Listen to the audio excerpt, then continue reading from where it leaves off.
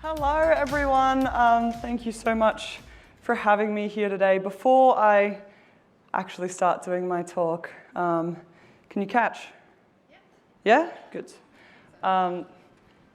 This is metal from Tokyo. You can pass it around, have a look, have a little feel, enjoy, don't drop, it's heavy.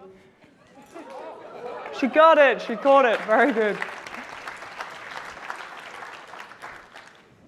That's something you can all share. Take pictures with it, do whatever you want. Beck said she's going to keep an eye on it and make sure that no one puts it in their pocket, just in case. So did you know that in any given moment, there's a 50% chance that you're not really there, you're not really present? This is a study coming out of Berkeley that finds that our thoughts wander from what's happening around us, what we're focusing on, to our internal environment at least half of the time. And it's how we manage those thoughts that will enable our success. Particularly those intrusive, high-stress thoughts. And these often come in the form of uncertainty, which is what I'm going to talk about today. Because the ability to manage uncertainty is actually the biggest factor in my success. It's not the fact that I've got a big arm span. It's not the fact that I got big shoulders. These shoulder pads are kind of helping. They're not actually that big. It is the fact that I've learned over my career over the last 15 years is to manage uncertainty. I don't need to tell you guys that you're going to be exposed to uncertainty. I think the last 2.5, 3 years of COVID have taught us that. I had some uncertainty today whether I'd even get here. Driving from Canberra and getting stuck in the tunnels, but we've made it. The fact is we're all going to be exposed to uncertainty at some point in our life, but it's our ability to handle it that will dictate our future. And that's what I found through sports. So I didn't know any of this 20 years ago when I first started swimming. This is all stuff that I've been able to learn along the way. And one of the best things about doing what I love in a high-performance environment is that you meet other people who are incredibly like-minded from all different aspects. And in Australia, sports people receive a lot of interest and a lot of help if you ask for it. It took me a long time to learn that as well. But some of the most interesting people I've met have been in the scientific community, and especially around neuropsychology, or what I like to call like the neurochemistry of how your body actually works. So this is how uncertainty works in the brain. Your brain is sort of hardwired to avoid it. Your brain cannot tell the difference between the uncertainty of, is that a tiger hiding behind that bush? Will I get enough food? Will I get enough water? These things that are hardwired into us to be afraid of in order for us to survive. And the uncertainty of, how will this hard conversation go? Which path should I choose next? And for me, what will happen when I dive into the swimming pool? The physical response you have to both of those scenarios is exactly the same, and that's an increase in cortisol, which I'm sure we've all heard of by now, which over a very long term can have a really bad effect. But it's also an increase in adrenaline, which can be either good or bad, and I'll talk about that in a second when we talk about reframing. It's also good to note here is that uncertainty, while yes, we are sort of afraid of it and we want to keep it at arm's length, we also kind of crave it in a way. There is the unanticipated reward, which is one of the biggest drivers of human behavior. And that's the sort of reward that was, I wonder what will be on the other side of that hill. That's the reward that drove us to start growing and changing. And that's the part of uncertainty that we want to keep. Because the place where I stand up behind the blocks, I walk up behind the blocks, and as I'm standing right there in that few seconds before the whistle goes, that's the place where my biggest success is possible and my biggest failure is possible. So how do I neutralize the threat of one and optimize the other? That's what I'm going to try to teach you today, how I've learned how to do that, because I think we can all deal with as much more uncertainty than we think that we can. I mean, if anybody told you at the start of the pandemic that this is what your 2 years was going to look like, I bet you would have thought, well, I'm going to opt out. I don't think I can do that. But everybody's handled a lot more than they think that they can. I think that's something I've learned through sport as well, is that you can always handle more than you think. Uncertainty is a little bit like Hamburgers. Not a lot like hamburgers, but a little bit like hamburgers in that the dosage is incredibly important. A little bit, you're probably going to be okay. It's actually quite nice. But a lot of it, you become absolutely comatose, and you may turn into a sausage dog. Probably not, but according to my imagery, you may. And that's what we're getting at, is how much can we up the dosage before we end up comatose and paralyzed by that fight, flight, or freeze response that uncertainty triggers in the body. So that's the toolkit I want to share with you today. The first part of the toolkit is reframing. Now, I'm sure you've all heard of a variation of reframing. Reframing is basically accepting that you cannot change how much uncertainty you're exposed to, or you cannot change what is happening to you in the moment. To a degree, there's going to be things that are outside of your control, but the only thing that you can change is your reaction to those things. When I walk up behind the blocks, I'll paint you a little picture of what that looks like. You first get called into the call room, into the marshalling room, 20 minutes before your event. It's normally underneath the swimming stands. So you're sitting in there. There's probably about 10,000 people outside, and you can sort of hear them all. It kind of sounds like you're in a cave, and they sort of sound like the ocean. It's this muted sort of sound. And you're in there alone for 20 minutes. Most people have no family in there. I have my sister. And it's just you and your competitors. And you sit there in silence, and nobody speaks for 20 minutes before you walk out behind the blocks and race. And as you line up, you'll stand in a straight line. They announce you one by one. They open and close this door, and you sort of hear this big swell of the crowd. And then it closes, another big swell, and then it closes. And you can see the absolute fear on everyone's face. And then as the door opens, how they put up that facade straight away. And it's normally this like stony-faced walk. They normally got a little bit of a glint in the eye. They put the headphones on, and they just go for it. That's what most athletes do as they walk out behind the blocks. And they put on this front of, here's something I'm afraid of. I'm about to step into an arena where I'm going to compete, and I don't know what's going to happen. There's 8 of us in an Olympic final, and one person gets to walk away with the gold medal. And every single one of you is trying to beat the other one. And it's 4 years of your life, at least, probably more, that you've put into this moment, and it's going to all be over in 60 seconds or less. So that's the uncertainty that you're dealing with as you walk out, and most people put up a front. I don't do that. I started doing this a long time ago, actually, before I learned about any of the science of this. So I like to walk out and smile straight away. And the reason I want to smile, even though it feels like I might throw up and it feels like my heart will literally jump out of my mouth if I open it, is I think back to the 7-year-old Bronte.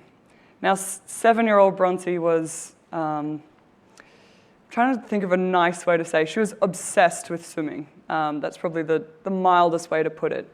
I grew up in a small country in Malawi, which is in Africa, and moved to Australia in 2001. I just watched the 2000 Olympics. I'd watched Grant Hackett win the 1500.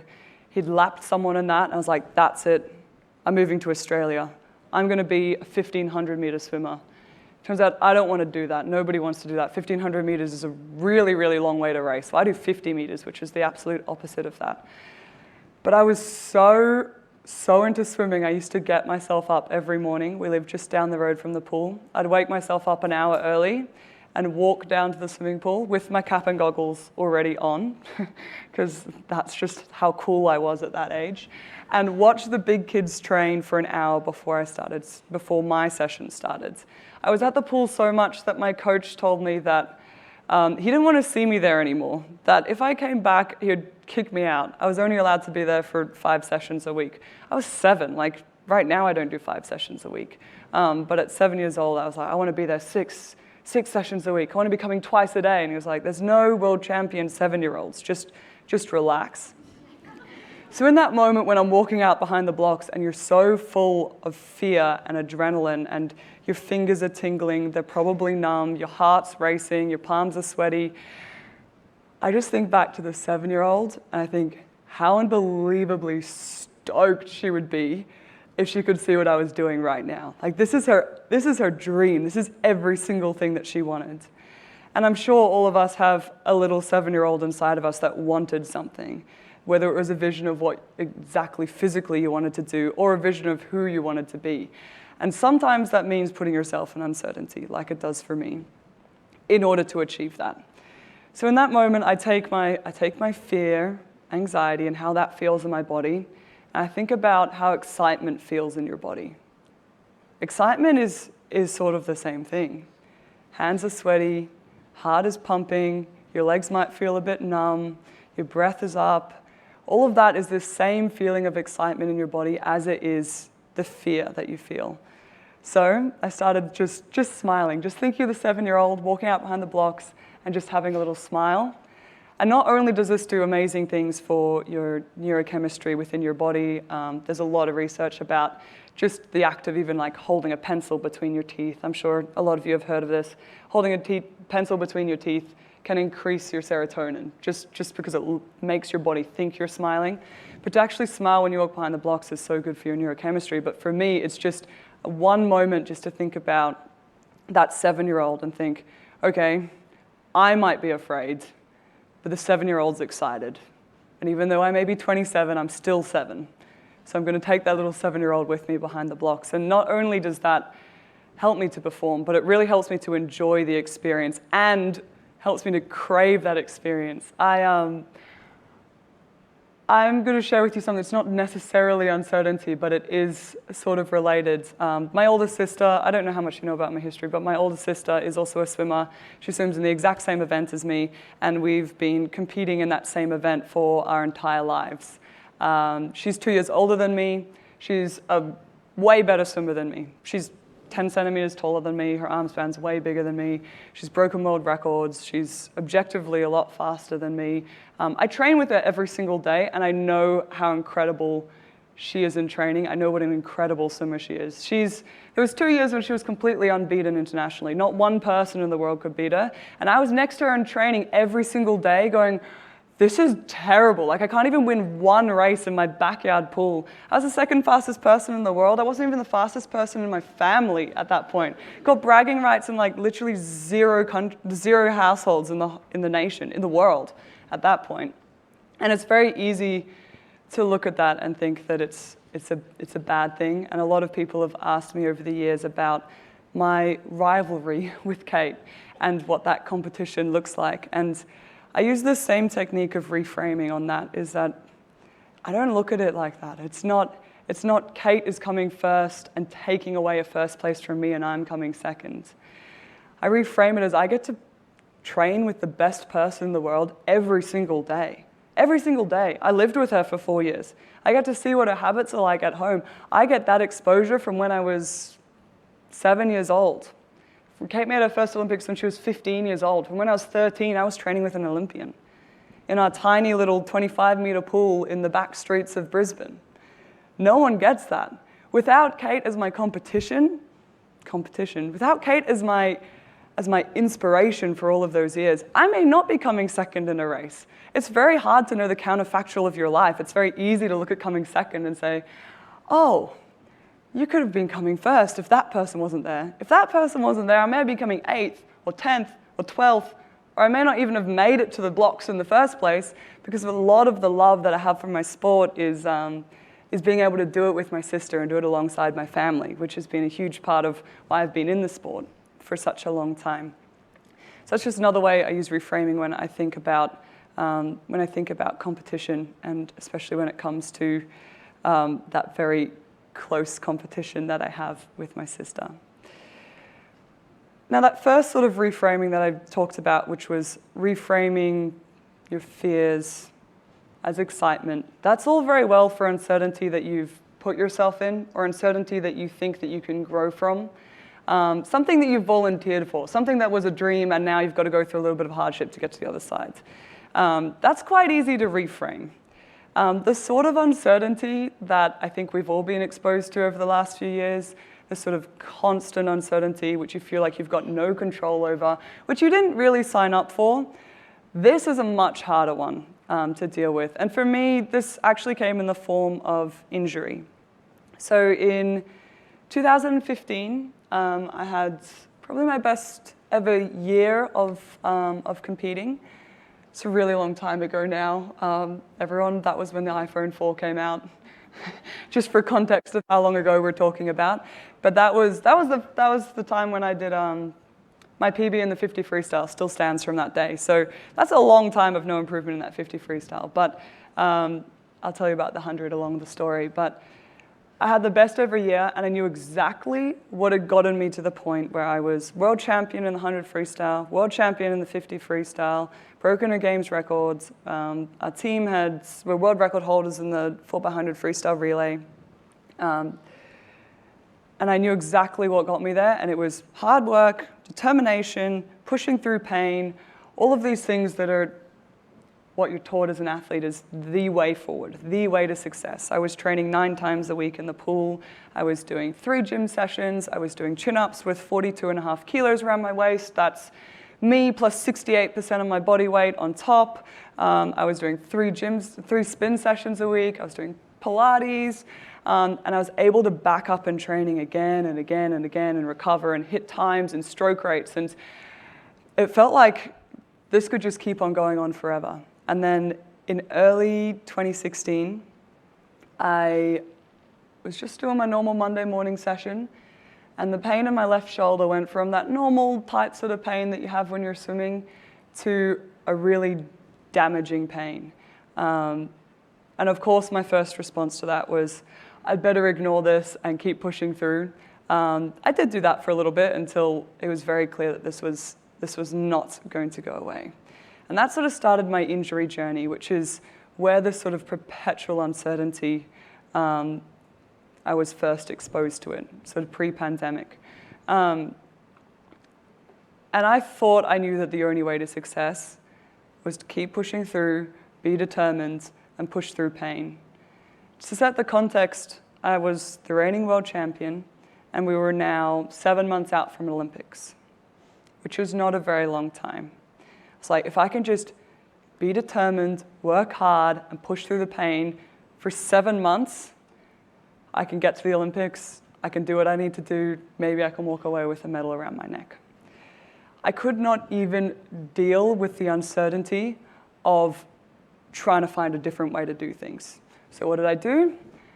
I still tried to keep doing my chin-ups with 42.5 kilos. I was still doing the same mileage in the pool. And I became like Sisyphus, which is sort of what this image is. Sisyphus was Greek god doomed to push a rock up a hill for eternity, only to have the rock roll back down again. And that was literally me, spending all of my energy trying to push through the pain, trying to get the work done, and they would all fall apart. My shoulder would completely blow up. I wouldn't be able to do anything. I'd have to have a week out. And the rock would roll right back down to the bottom of the hill.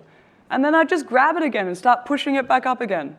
Like, what an idiot. Surely you're going to change something, but absolutely not. My blinkers are on. I was focused. I was like, this is the definition of resilience. You just keep on going. You just keep on pushing through. I mean, when you actually Google resilience, this image of the rock is one of the images that comes up, which I completely disagree with, because the idea that you just keep on doing the same thing over and over again, I mean, we all know that that's sort of the definition of madness. When I walked out behind the blocks in 2016 for the final of the 100 freestyle. So the final is on day 6. I'd swum the heat in the final of the 100 freestyle relay. We'd won that as a team, broken the world record, it was great. I'd swum the heat and the semi-final of the 100 freestyle individually. And I walked out behind the blocks of the final. I looked down my lane 2. I did my smile. I was like, you just gotta do what you can. And I swam that race, and I'm so proud of how I swam in that race. I came 4th in that race. I went 53.05 seconds, and I came 4th by 0.05 of a second, which when you blink, that's 0.1 of a second, so it's half of that. That's what separated me between 4th place and being on the podium. And while I'm so proud of how I raced that race, while I think that I did the best job I could on the day, reflecting on the other side of Rio, I realized that it was my approach to my injury, my inability to deal with the concept of doing something new, my inability to realize that there were different paths. that was what had really held me back for those 7 months, that they had to be a different way. This sort of took 2 years to completely work through. I don't know how often you've been exposed to athletes, maybe even it's just your kids. Very stubborn. Athletes are very stubborn. And I didn't want to hear about changing anything for a long time. I was like, I know what I'll do. I'll do different physio exercises. I will try to do more spin bike. I'll do all these other things. But the idea of changing what I knew worked in the swimming pool was something I couldn't even deal with because I didn't know how that was actually going to turn out. The fact that nobody knows how anything's going to turn out had completely escaped me because, I mean, we all like to think that we're completely in control. My absolute breaking point came when, at the end of 2017, I was doing a gym session. I had this great headgear on. One day I'll put a picture on the screen. I'm no longer embarrassed by it, but it's basically this helmet that you wear, and then you attach ropes to it, and you move your head, and by moving your head, you strengthen your neck. It makes me feel better because the F1 drivers do it as well, and I mean, they're kind of cool, so maybe it's not as uncool as I think it is. But I was trying to do these neck exercises, and I just remember having an absolute meltdown. Like, I'm normally not a very emotional person, but I just started crying because I was like, this is not getting any better. I'm in more pain than I used to be. I can do less than I used to be able to do. I was watching the rest of the world swim faster than I used to swim. I couldn't see a way that I could get back to my best. And if I wasn't at my best, there was no way I wanted to keep on swimming. The whole thing that I've always loved about swimming is like I was saying, it's this journey where you get to keep on seeing how far you can push yourself. You get to keep on walking out behind the blocks. You get to keep on doing things like train with your older sister every day, know that she's actually faster than you, and then be so good at competing that on the day you can actually beat her sometimes. That's what I've absolutely loved about swimming, and I was looking down the barrel of 3 more years of injury. By this time, it was my neck and my shoulder, and my back, and my hip, and my other shoulder, and my knee. And it was impacting not just me in the pool, but me as a person in every single aspect of my life, because I couldn't go to dinner with friends, because I couldn't sit down in a chair for that long, because my back was too sore. I had to stop studying uni because I couldn't be on a computer. It was slowly like taking the joy out of every little bit of my life. And I looked down the barrel of 3 more years until the 2020 Olympics, or what we thought would be 2020 Olympics. So I can't do this for another 3 years. For me, it had to come to an actual breaking point. And that was when I promised myself rest, which is a novel thing for swimmers in particular. I was like, okay, Commonwealth Games are April.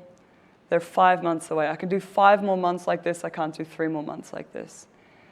And I was amazed that once I removed the burden of those 3 more years, those 3 more years of being Sisyphus with his rock, once I removed that burden, I could see a lot more clearly. I could feel better. My injuries actually got better in those next few months. I didn't actually change anything. It was the weight of carrying that pain around for the foreseeable next 3 years that was adding to my pain. I think there's a lot of literature about our perceptions of pain, particularly when you've got long-term pain, and how, yes, it comes from the body, but pain actually lives in the mind. And I was feeding it so much by thinking about how the next 3 years of my life were going to be exactly like they were now, and how I couldn't handle that. So with the sort of burden of the next 3 years lifted, I was able to complete the rest of my training. I'd found some really good physios and doctors during that time. I'd found some good nerve drugs. My shoulder and neck ended up being a nerve injury, brachial neuritis, which attacks the insulation of your nerves. So that was sort of how that started, but will never completely heal. So I was pushing through those next few months. It became a lot more enjoyable to be in the pool.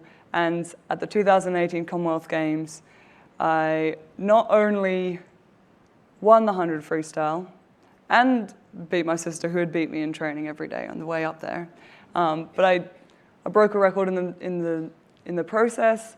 But I also swam a personal best time. I swam faster than I swam when I won the 100 freestyle in 2015.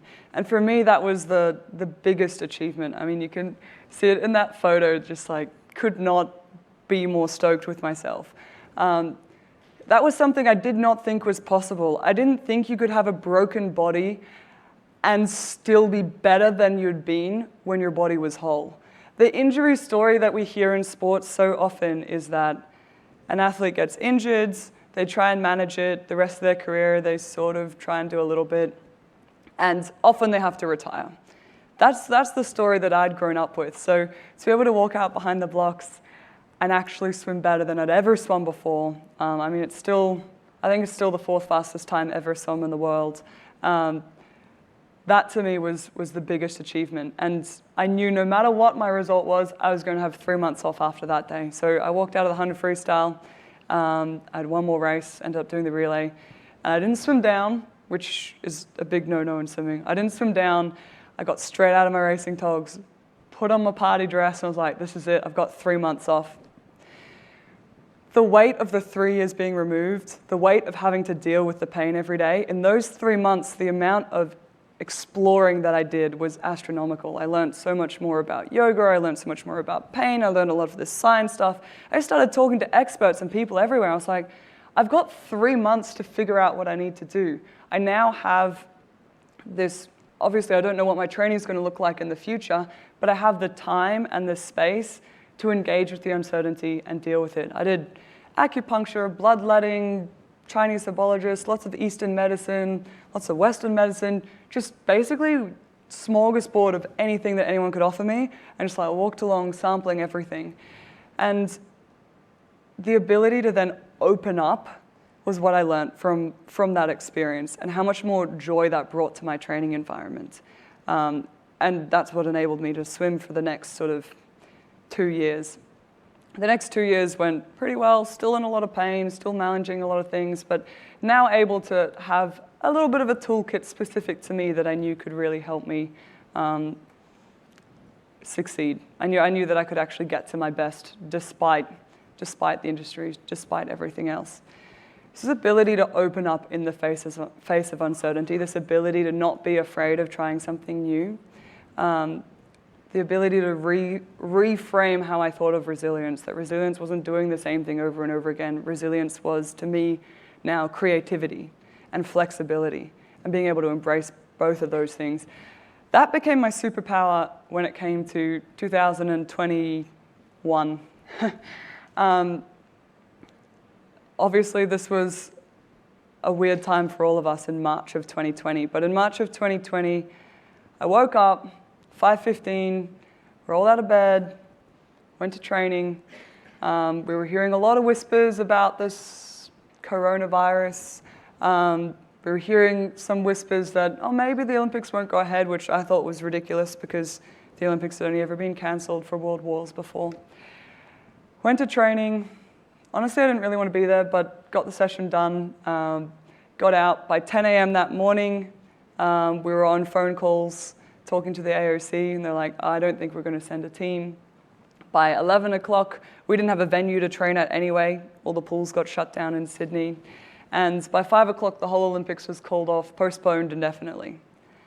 The level of fear that generated amongst the athletes, amongst the swimming community, was pretty huge. Everyone had their blinkers on like I had in 2016, and they had it pinpointed at August of 2020. This is where I need to get to. This is how I'm going to get there. And suddenly it was like, you don't have a venue to train at. You won't have gyms to train at. You don't know how long that's going to be. You don't know when the Olympics are going to be, and you're going to have to manage all of that. For me, I actually just went straight into reframing modes. I'd done this before, and I just sat down. I was like, okay, great. I've got who knows how long? Probably at least 8 weeks. What can I learn in 8 weeks in my own home, locked in my own home? So I started doing heaps and heaps of yoga. I probably did like 2 hours of yoga a day. I stripped out all the strength training because we didn't have access to gym, but I found a strength coach that specializes in doing bodyweight stuff. I was like, okay, cool. This is a chance to get rid of the stuff that is very taxing on my body and rebuild that foundation. This is immediately, for me, it was an opportunity. there was not an opportunity for everyone. There was a lot of anxiety, which we would get on these big Zoom calls, and I'd be like, come on guys, aren't you excited that like now we're not in the pool for 8 hours a day hammering away. We've now got an opportunity to do all this other stuff that we never thought we'd be able to do. Most swimmers did not see it like that, and it was a very heart-rending moment for a lot of them. A lot of tears were shed. I was genuinely excited by this opportunity. It's never happened in our sport before. Never happened to anyone before, but in our sport, the ability to take time off doesn't happen. We train for 50 weeks a year. You might get a week off over Christmas and a week off over Easter. So for most people, it was very, very foreign territory. But my ability to pivot during that time really set me up. By the time I was September, October, November of 2020, I was training in the least pain that I'd been in for 5 years, which was huge. I had accepted that the level of pain that I was in was where I'd be at for the rest of my career. But the ability to strip everything back and learn and start from scratch was a gift that, look, I didn't really want the gift of an extra year time, but once I had it, there was so much that it gave me. And it gave me the ability to go to Tokyo in 2021, to walk out behind the blocks on that first final session with my 3 other girls with me, and compete in the least pain I'd been in since 2015. Not only compete in the least pain, but actually achieve the goal that I set myself for those Olympics. So my goal for those Olympics was to swim the fastest ever time I'd swum in an Olympic final. So my fastest ever time previously was 53.05, which I'd swum in 2016. Now this may not seem like much, but in 2021, I swam 53.01.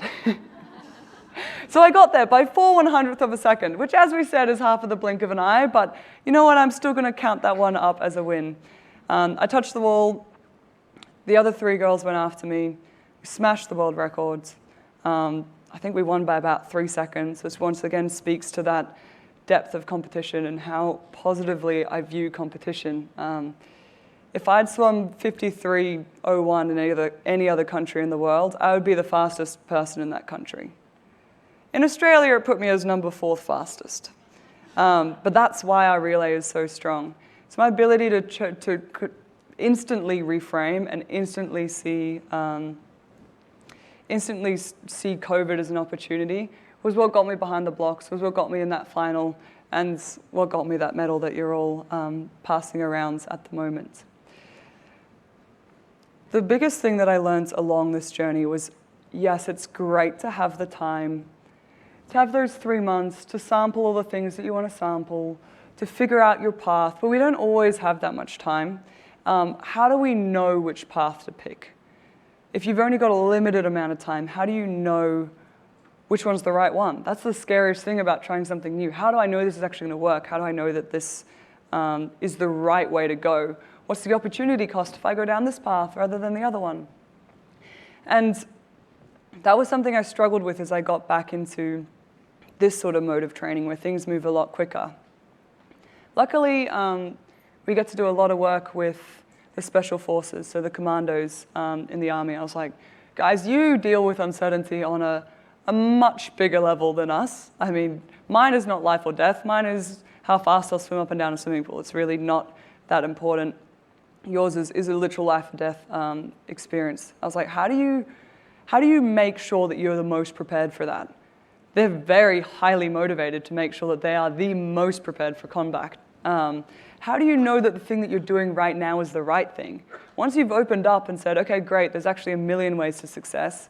There's not just the one way that I thought. How do you pick the right one from there? And they're like, oh, it's super easy. It's called the hot wash. I was like, well, I hate washing, but tell me more about the hot wash. And they're like, it's great. It's just 3 questions, and you just use it over and over again. You use it in big scenarios, use it in little scenarios, and that's what I took on board and used for that last year leading into Tokyo. And it's just 3 questions. It's just, what worked? What didn't work? What's the fix? And I use this every single day. I used it today when I was coming here. I was like, okay, what worked about this scenario? What didn't work? And what's the fix? At that point, the fix of there's a lot of traffic in the M5 tunnel is you can't control that one, keep calm. But I use it in training every single day. I might swim 50 meters. I'll be like, okay, great. What worked in that 50 meters? Well, I know from my coach that my stroke rate was great in the first 15 meters. What didn't work? Well, my stroke rate dropped in the last 10 meters. What's the fix for that? Well, the fix for that can sometimes be the trickiest bit of the situation, but the ability to keep questioning everything is what gets you to the actual fix. Then you do the next 50 meters. If the same thing happens, there's something going on that needs a fix, and you delve into it more deeply. We use this to evaluate an entire campaign in my swimming career. So if we get to the end of the Olympics, we'll sit down with my coach and I'll do this exact same thing. What worked for this entire campaign? What didn't work? What's the fix for that? And you can keep going over and over and over again until you're like, okay, great, I've got no more things that I can possibly think of that fall within this category. And once I've done this over again and over again with every new thing that I do, if I'm getting a lot of things that didn't work, that's probably not the path for me. If I'm getting a lot of things that did work, or a lot of things that didn't work that have a very clear fix for them, maybe I keep going down that path. It's a constant way to frame and bring a system around making decisions and opening up. So the last thing I want to leave you with is, if you are the 50% of people that only listen to about half of what I said, as I said in the beginning, here's what you've heard me say so far. Uncertainty is inevitable. It's how we react to it that is the most important thing. Reframing uncertainty as opportunity is, for me, it's been the biggest tool to my success. I would encourage you all to do it. The future is completely unknown. The idea that we control the future in any way is completely farcical, but it's sort of a safety blanket that we like to use. And then the hot wash, my tool that I use to sort of pick which way to go in the future. What worked, what didn't work, and what's the fix.